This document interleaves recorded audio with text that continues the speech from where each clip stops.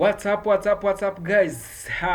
Uyu munsi tugarutse n'igitangaza mukandi kanya nyuma y'amasaha 2-3 turaje twa uploading ikiganiro. Igitangaza imbere sana meze bien. Biragaragara kameze bien. Hanyuma urugendo rwagenze neza ntungwe no kubona nabazaniye akazuba nko mwari mwarakonje byarabacanze do. What's up abantu badukurikira kwino shene twaje nta kuryama twavuze ko nta kuryama twavuze ko tuzatugendera ku bitekerezo by'abandi turebe icyo gukora. Ngiye nababwiye ko iyi shene tugiye gufokasinga kwanza abantu guhanga umurimo cyane urubyiruko cyane undi muntu wese ufite imashini ufite telefone se ntabwo bigombera imashini na telefone yabikora kuko ngewe buriya ngiye kujya mbereka ibintu bifite umumaro gusa bifite umumaro ku buryo nawe uzajya ubireba ukabona koko bifite umumaro. Mperutse kubabwira ikiganiro Saba herutse gukora ari kutubwira icyo telefone yacu yakumarira, mashine yakumarira, bitagusabye gukenera ibindi bintu byinshi, gusa izo device zawe ufite imashini yari yaricaye yarabuze icyo gukora, ngwino vayo ngwino mu ishuri. Narakubwiye ngo ngewe nintaguha ubumenyi bukakugirira umumaro, uzajya uca muri comment umbwire ati ibi bintu watubwiye twari dusanzwe tubizi, nge ndaguha ibishya gusa ibyo abandi batakubwiye. Nge naje kugira ngo mbikwereke, ntabwo njya kure y'ibyo ufite, ahubwo reka dukoreshe izi device zacu zitubyarira amafaranga. We gura bando za 200 uvuge ngo ni 200 ndakuramo 500. Nimba nguze bando z'igihumbi uzakuramo 5,000. Nugura bando za 5 uzakuramo 10,000. Internet ya mafaranga wajyaga wica ubusa yaguramo internet, nurangiza ufate telefone yawe wicare ujye muri salo utuze utekane ukora ibi bintu ngiye kukwereka. Ngenda bizi neza ko mu kwezi kumuzaba umpa raporo mbwira uti waradukoreye. Banyeshuri mukunde kwiga wajya gurira ngo wabuze akazi. Oya, yewe iyo sirenge yanyu kuvuga ngo nabuze akazi ntago nigeze nyigira. Nukuvuga ngo ngiye periode nagize periode yo gushaka akazi, nagize periode yo kugira akazi ko gushaka akazi, ntabwo nigeze mbura akazi, ahubwo nagize periode yo sinzi niba biri kumvikana neza, ariko nagize periode yo gushaka akazi ni ukuvuga ngo ngewe nta gihe namaze ndafite akazi ndi kuvuga ngo ndi umushomeri. Oya, ahubwo ngewe nafashe periode yo kuba ntari mfite akazi ariko nkaba ndi muri periode yo kugashaka.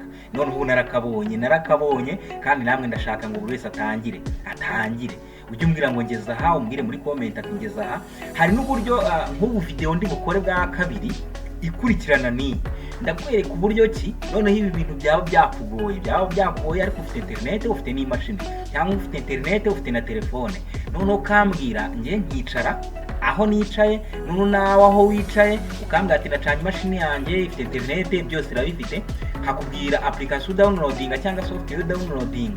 Noneho nanjye ngiye mba nyifite mu mashini yanjye, noneho nkabasha kugufasha nkakwereka, nkajya nkora mu mashini yawe, babyita remote. Ni ukuvuga ngo ni gute nshobora kuremotinga imashini y'umuntu, nkabasha kumufasha kumwereka ikijya mbere cyamugoye. Ntabwo tuzazarira, ngewe nzahava aho umenye what's going on. Ni ukuvuga ngo nutamya what's going on ngewe uzabimbwire, ariko ndabyizeye neza abantu banjye barakurikira ko video narayinkoze yanyeretse yuko abantu koko bankurikiye. Niyo mpamvu uri kuma mfite ubushake, mfite akanyamuneza ko kukwigisha. Namaze kubona yuko urahari kugira ngo wige, ubu rero nanjye ndahari kugira ngo nkwigishe, ndahari. I'm here. Nabwe ngo hari comment nanditse muri video yanjye ndavuga ngo duhari kubwo gufasha isi, reka dufashanye. Iyo ufashije mugenzi wawe uba ufashije isi muri rusange, uba ufashije abanyarwanda muri rusange, uba ufashije abarundi muri rusange, uba ufashije abanyamerika muri rusange. Aho uri hose uba ugize icyo ukora, uba ugize umusanzu utanga ku isi, kandi gerageza ugira akantu kawe, ujye uvuga ngo aka kantu ni akanye.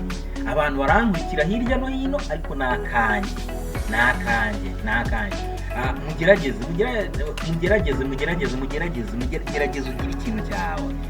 ikintu cyawe nubwo wanagenda uzagenda ariko ufite icyo wasize ku isi wasize wubatse ku ino si.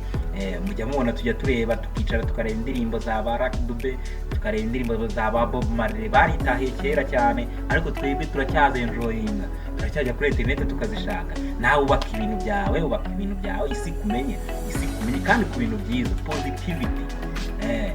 Positivity sabe yarababwiye ngo positivity mureke kuzana ibintu biri negativity. Icyo ujya muri comment ugiye tukana ugiye kuzana negative comment, yes nazo zirafasha zikwereka ukuri gukora ariko buriya gerageza ibintu bigusohoka mu bibe byiza bifasha abantu. Okay, noneho uyu munsi namanutse ndareba ndavuga ngo noneho tuvuge ufite telefone yawe ni ntoya ifite capacity ntoya yo kwakira n'ama-application. Hari abantu downloading application ebyiri telefone igatangira ikakubwira ngo yuzuye. Hari abantu downloading application imwe telefone ikababwira ngo full storage. Noneho hari umuntu ujya mu mashini agasanga afite space ntoya.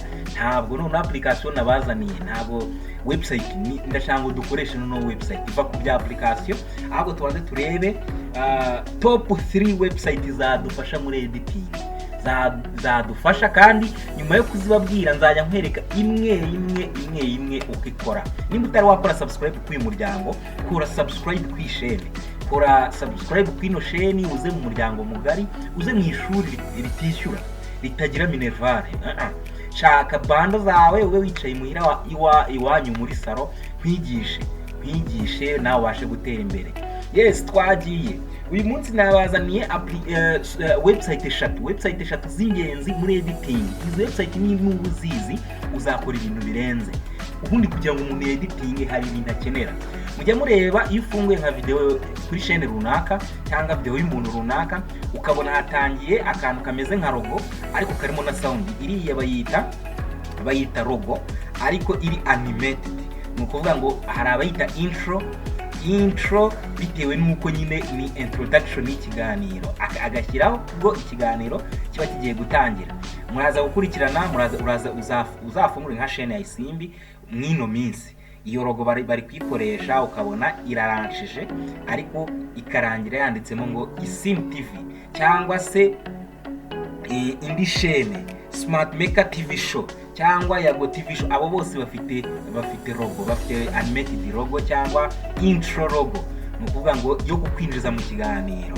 Ikindi kintu mujya mubona iyo ugiye nko kuri YouTube channel y'umuntu runaka ukabona ufunguye YouTube channel y'umuntu, wamara kuyifungura ukabona imbere ku cyo bita thumbnail ni ukuvuga ngo ni iya page ubona iyo ugifungura YouTube ariko utari wayifungura ngo winjire muri video imbere, ukabona hariho ifoto y'umuntu kuri profile y'iyo video, ukabona wenda hariho Rihana ariko wafungura ugashakamo Rihana ukamubura. Ni ukuvuga ngo iriya thumbnail ituma abantu abareba babasha kureba, ikabakurura, igatuma ujya gufungura ngo urebe ikiri imbere.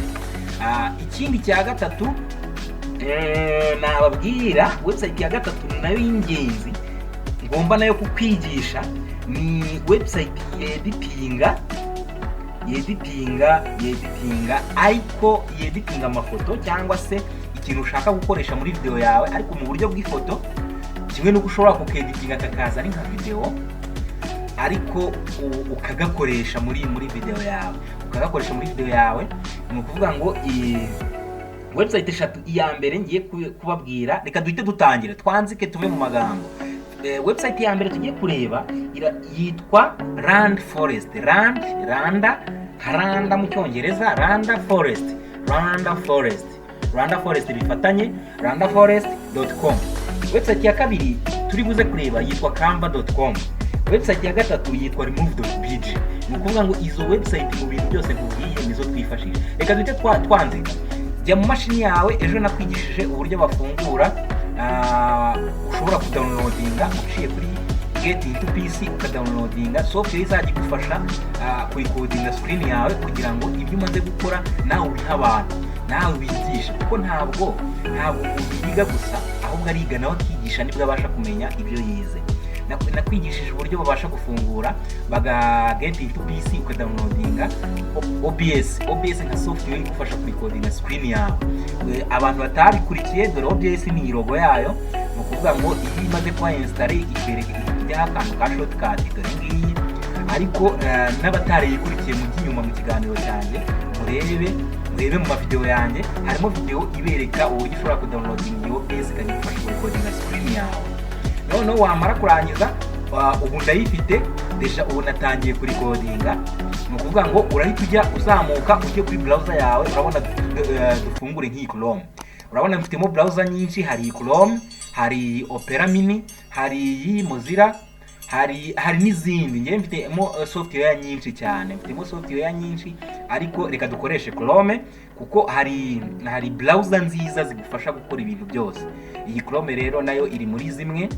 Ndayifungura, iyo mfunguye Google Chrome nuko ifunguka ikazana interface imeze gutya. Hari igihe uzayifungura ugasanga irogo yahindutse, ni ukuvuga ngo Google igenda updating. Iyi Google Chrome ni ya Google, iza YouTube dukoresha ni iza Google. Ni ukuvuga ngo iyo ya updating buri gihe ishaka, buri gihe ishakiye igenda updating. Bifite aba engineer bakomeye cyane ba updating iyi software yabo ikabasha gukora ibintu byiza. Ni ukuvuga ngo umunsi wa none ifite Google Chrome nuyifungura uraza gusanga ifite iyi interface. Harimo abantu baba batabizi, nurangiza ujye mu iyi search yayo, search engine yayo, uhituza wandikemo, nababwiye ko bayita Randa Forest. Ubyandikemo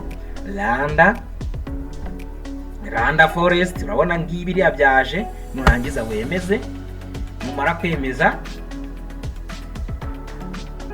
yes, ugomba kubanza making sure ko ufite internet.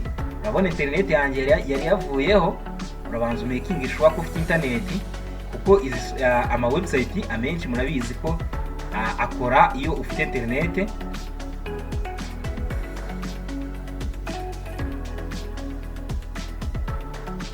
Urabanza making sure. Urabona ko yari yanze gufunguka kubera ko internet yanjye yari yamaze kuvaho, yari yajampinze. Ndimo ndayisubizaho kuyibona. Ushobora gukoresha wireless, ushobora gukoresha cellular internet, ni byose. Urabona hano dufite cellular internet, harimo abantu baba batabizi, ndabizi. Ni ukuvuga ngo iyi cellular internet tukagira wifi cyangwa wireless. Ni ukuvuga ngo device zose zigira buno buryo. Ushobora gukoresha mu buryo buri cellular cyangwa se mu buryo buri wifi, ugakoresha internet, ugategereza ukareba ko ifunguka. Warangiza ukajya wakora buri kimwe, nureba neza uraza gusanga internet yamaze kujyaho. Ubwo ko ninafunguye website ikanga gufunguka kubera ko internet yari yajampinze. Ndahita nza nkore reload. Nimara gukora reload, website yangira afunguka. Nimara gufunguka izahita izana interface. Iyi ni website yakozwe n'Abongereza, ariko buriya narababwiye ngo ibihugu byamaze gutera imbere bikora ibintu byinshi, byarangiza bikagira ibyo bishyira hanze, abantu bakabikoresha for free kugira ngo bya bintu bimenyekane. Kuko umuntu yateye imbere fate ntagatagetinga kubona amafaranga gusa, irimo no kwigisha abantu bakamenya, abantu bakakumenya. Twari turi kuvuga kuri bakoze indirimbo bakigendera, ariko tukaba tukizenjoyinga. Nawe ikoze ikintu nk'iki kirasigara, isi yose ikazagumya igikoresha, ikazagumya kwibuka, ikavuga ati uyu muntu yari ingirakamaro. Nuko ifunguka interface, urabona dore ngiyi ya link naguhaye ya website ngiyi rendaforest.com. Iyi ifungutse nukiza kazana interface. Urabona ibifite umwanya wa video, ikagira website, ikagira logo, ikagira makeup design. Ibi hari byinshi umuntu akoresha ari uko yabanje gusubscribing. Urabona rino jambo rikumbwira ngo we use cookies to improve experience. Iyo ukoze agree ni ukuvuga ngo urasubscribinga, ukagira udufaranga dukeya utanga, ukaba wemerewe gukoresha ibintu byose birimo hano. Nujya kuri Explorer AI ni artificial intelligence. Ni ukuvuga ngo iyi niyo website iri gukoreshwa mu iki gihe. Ibintu byose bikoresha artificial intelligence nicyo kintu kiri gufasha abantu mu iki gihe, niho twese twerekeza.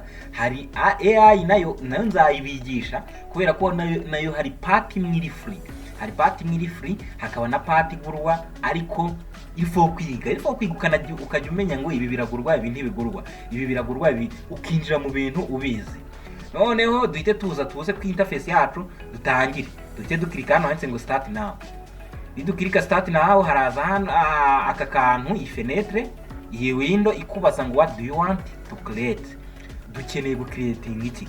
Nababwiye ko ngewe iyi renderforest.com nyifashisha mu buryo bwo gucreatinga logo, ariko logo ishobora kuba yanimatinga ikaba irimo imeze nka intro, irimo umuziki, irimo logo yawe ukoresha kuri YouTube, ariko ikaba irimo n'amagambo. Ushobora kubwira umuntu subscribe ukabisohora muri intro akamenya ko agomba gusubscribinga. Abantu mutemwakora subscribe, mukore subscribe kwino sheni, turebere hamwe, dukomeze twigane. Ushobora kuba ugiye gukora video, nabyo birashoboka. Iyi website yagufasha gukora video kandi igasohoka ari professional. Ushobora kuba ugiye gukora website, nabwo nawe ushobora gukora website yawe. Ushobora kuba ugiye gukora makeup, mujyamubona abantu bambaye nk'udupira tw'umweru ugasanga imbere kara brandinze, kariho brand runaka. Iyi software wayikoresha nayo ukabasha kubranding ibintu byawe. Mwanga ibintu byose bara kugira ngo babikore babishyire mu ngiro, bisohoke bijya hagaragara. Nimba ari umupira ubone ugaragara, nuko ibintu byose baba babanje kubikora mu buryo bw'ifoto cyangwa mu buryo bw'ifoto kugira ngo bazabone icyo baprinting out. Iyo foto niyo bajyana bagashyira mu mashini igaprinting icyo kintu ku kintu runaka bashaka kugiprinting out. Hari graphique, muri graphique ujya ubona ibintu by'amachat, ibintu ubona nka intro wenda nko kuri televiziyo zikomeye bari kukwereka ubukungu bwaraha bugeza aha bakabikwereka mu buryo bwa chat, hajyaho n'amagambo. Ibi nibyo bita graphique. Noneho twebwe ikintu tugiye gukora, turi kwishakira gukora logo. Urakirika kuri logo, double click, ifunguke. Nimara gufunguka bahita bakuzanira iyi nteruro ivuga ngo free online artificial intelligence logo maker.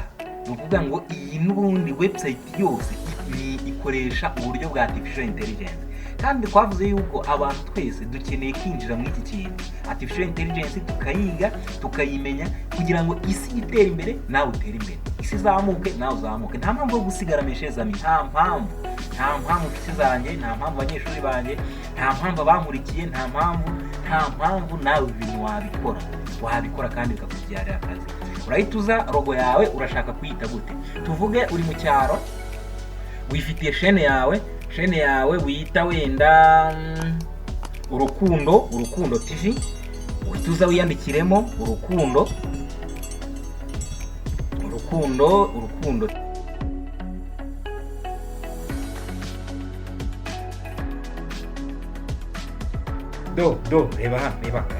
reba uyu ninde? Nk'uko mubibona ahangaha turi muri Montreal mu mujyi wa Canada umwe uzwi cyane, ariko ibyo si byo birenze kuko aka kanya mpagaranye n'igitangaza. Ndumva nanjye nabaye igitangaza. Amakuru